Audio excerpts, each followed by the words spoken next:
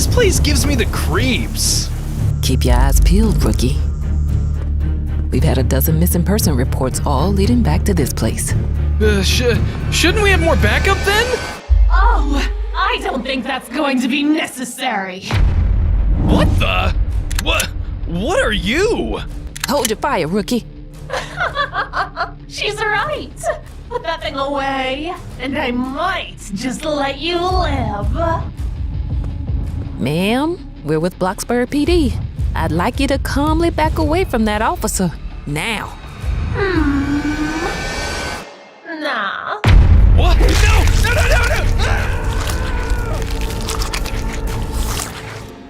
No! No! Rookie! There we go. Perfect.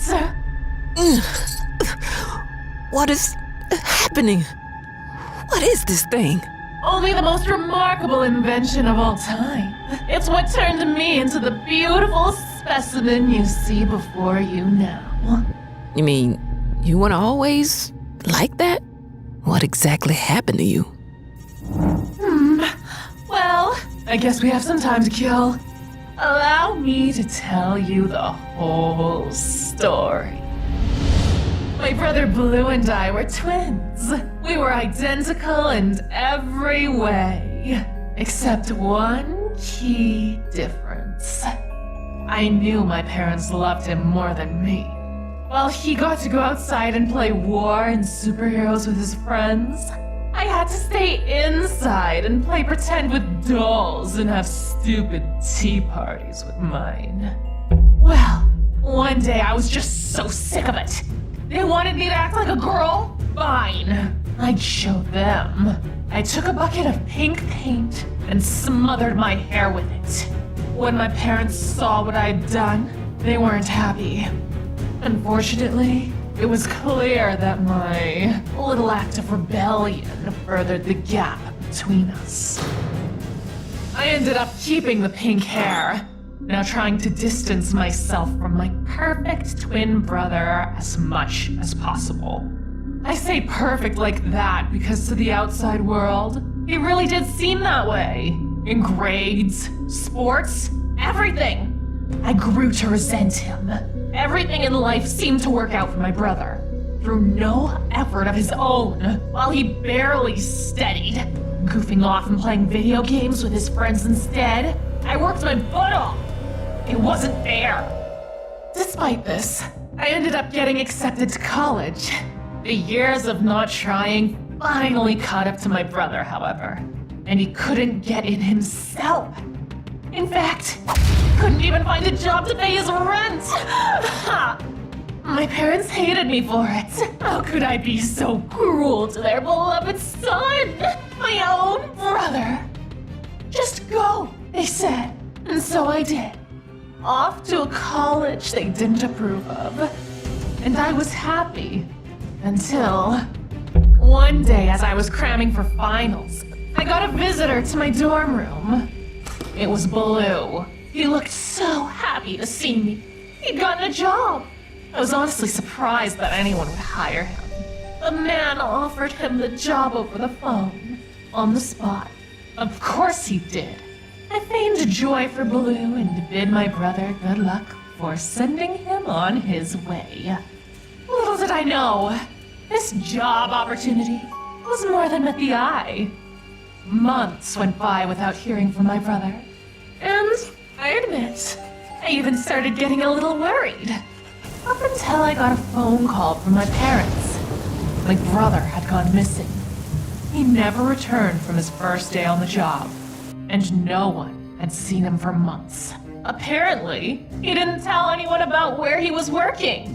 That is, except for me. The bond between twins is strong, even if they hate each other. So I knew I had to look for him. I arrived at the building he'd gushed about all those months earlier, the Rainbow Friends Playplace.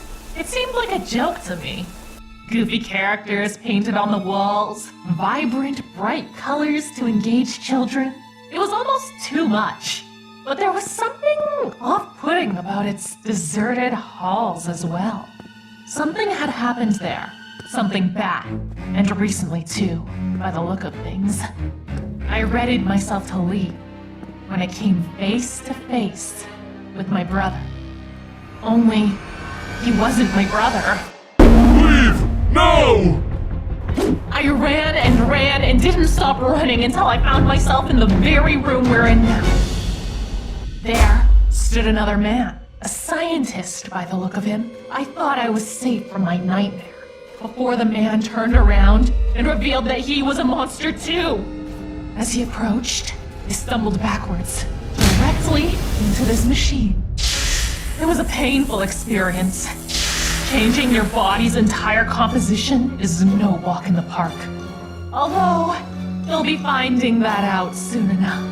Anyways, after the smoke had cleared, I stepped forward and I could tell something had changed about me. I tried to look down at my hands, only to realize that I couldn't. I didn't have any. Thankfully, Scientist Red was there to calm me down. He explained that I was hand-chosen to join the Rainbow Friends, that he knew my family were total jerks, and that his was too. We bonded, and I was happy to find some semblance of belonging. Who wasn't happy, however, was Baloo. He entered the lab in a huff and shouted something unintelligible at us both. Red thought I could use some training with my new body. I happily obliged. I was winning. I was beating my brother at something. Not so perfect now. Arya, I thought. But something seemed off. I could tell he was holding me back. This only made me more angry. I tried to unleash my hatred upon him, but he managed to run away before I could do some real damage. He's been avoiding me ever since, until today, when he came to try to save you. But he failed again. I wasn't trying to save her. I was trying to save you from yourself. As if you always hated me. Treated me like garbage. You thought you were better than me. You never let me have anything for myself. Is that how you remember it? Pink, I loved you, and I still do. What? It's true that our parents played favorites when we were younger, and I'm sorry for that. But don't you remember?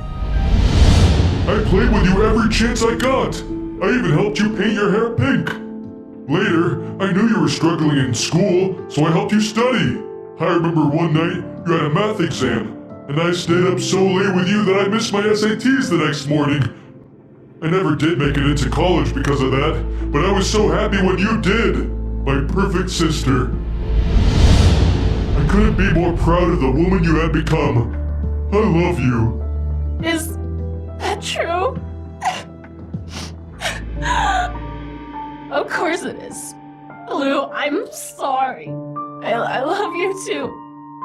How could I ever forget that? Don't blame yourself. It's this machine. It twists your memories. It tries to turn them against you, to make you into the perfect friend that he wants you to be. Red! Well then, we can't let it happen again. I'm so sorry about earlier, officer. I wasn't myself. I'm glad you had a change of heart and all, but can we mourn later? For now, please, just get me out of this thing. Of course. Let me just...